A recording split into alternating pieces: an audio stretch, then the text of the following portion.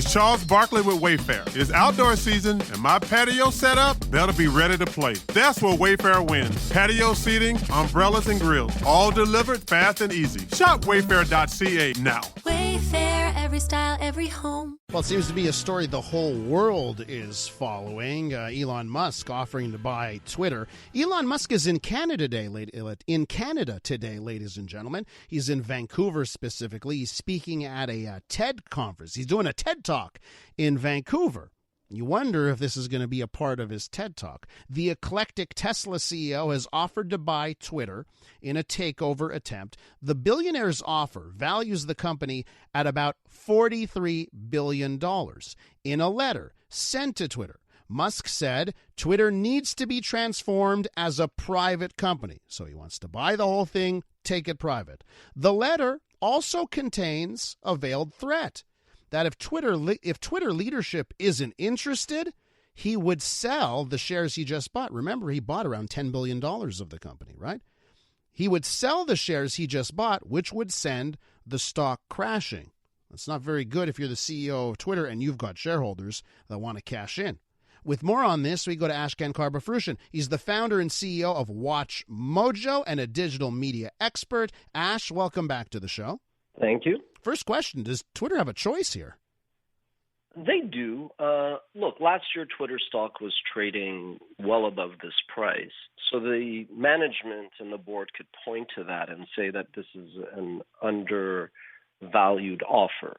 Now, Elon came out and basically said this was his best and last offer, which, again, take with a grain of salt. Mm-hmm.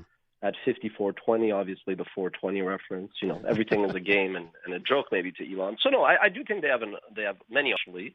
But we'll see how serious Elon is. I mean, he has a net worth of $250 billion. Most of that is tied up in stock. So if he's offering that much in cash, $40 billion, I mean, there's going to be a little bit of a downward pressure on Tesla stock if he's serious. But, no one can really predict what will happen. But there's still, this is like, just the end of the beginning, so to speak. So you said that Twitter views everything as a game. I'm going to point out that the one of the mothers of his various children, Grimes, even wrote it in a song. He's the player of games. So people like to say that about him. But you know what? He's got some serious businesses here. He's on Twitter all the time. He's said so many things about free speech and that message that, if Twitter actually wants to fulfill its potential, it needs to be private. What do you think about that aspect of what he's said here? Would Twitter be better off, even if it's not Elon Musk owning it, would Twitter be better off as a private company? Okay, so in general, I think there's much to be said about a lot of companies that have to think too much from a quarter-to-quarter perspective. So going private does give them a little bit more of a runway, breathing room to right the ship. That's a general comment. That said, I think Twitter is a bit different because from the get-go, it was always one of the least commercialized platforms. It had definitely more of a laissez-faire approach to many things, including letting bots go crazy on the platform where there's a lot of fake accounts and whatnot. Now, that is a paradox compared to the fact that, Twitter is not necessarily laissez-faire when it comes to freedom of speech. And one way of that is, when I go to Twitter, I don't actually see my timeline in a pure reverse chronological sense. Twitter kind of has its own algorithm that decides what to show me, which is a gripe of many users. But so I think whereas the two statements are accurate, they're not actually related. Yes, Twitter could be more embracing of freedom of speech. And then the caveat is people be careful because people are hypocrites. They like freedom of speech when it echoes their own point of view. They don't actually really want freedom of speech. And then the other one is that, Twitter could probably benefit if it didn't have to worry about Wall Street because everybody compares Twitter's value and monetization to pick it, Snap, Google, YouTube, TikTok. And those are, comparisons that don't make Twitter look good. We're with Ashkan Karbasfrooshan. He's founder and CEO of WatchMojo, digital media expert. We're talking about Elon Musk's attempt to buy Twitter. I want to read you another quote from some of the communications with Twitter's board of directors. Here's what Elon had to say. I invested in Twitter as I believe in its potential to be the platform for free speech around the globe. And I believe free speech is a societal imperative for a functioning democracy. Twitter has, in the last little while, I think, been more open to change on how the site works and adding new features than I've ever seen before. What do you think, Ash? Is the timing right here for Twitter for drastic change? Well, look, let's start off with Elon. You have to respect him, obviously, as an entrepreneur, as an executive, but he's also a hypocrite because he says he likes freedom of speech, but when his employees, especially those who are, of color, complain about certain working conditions, there's severe retribution.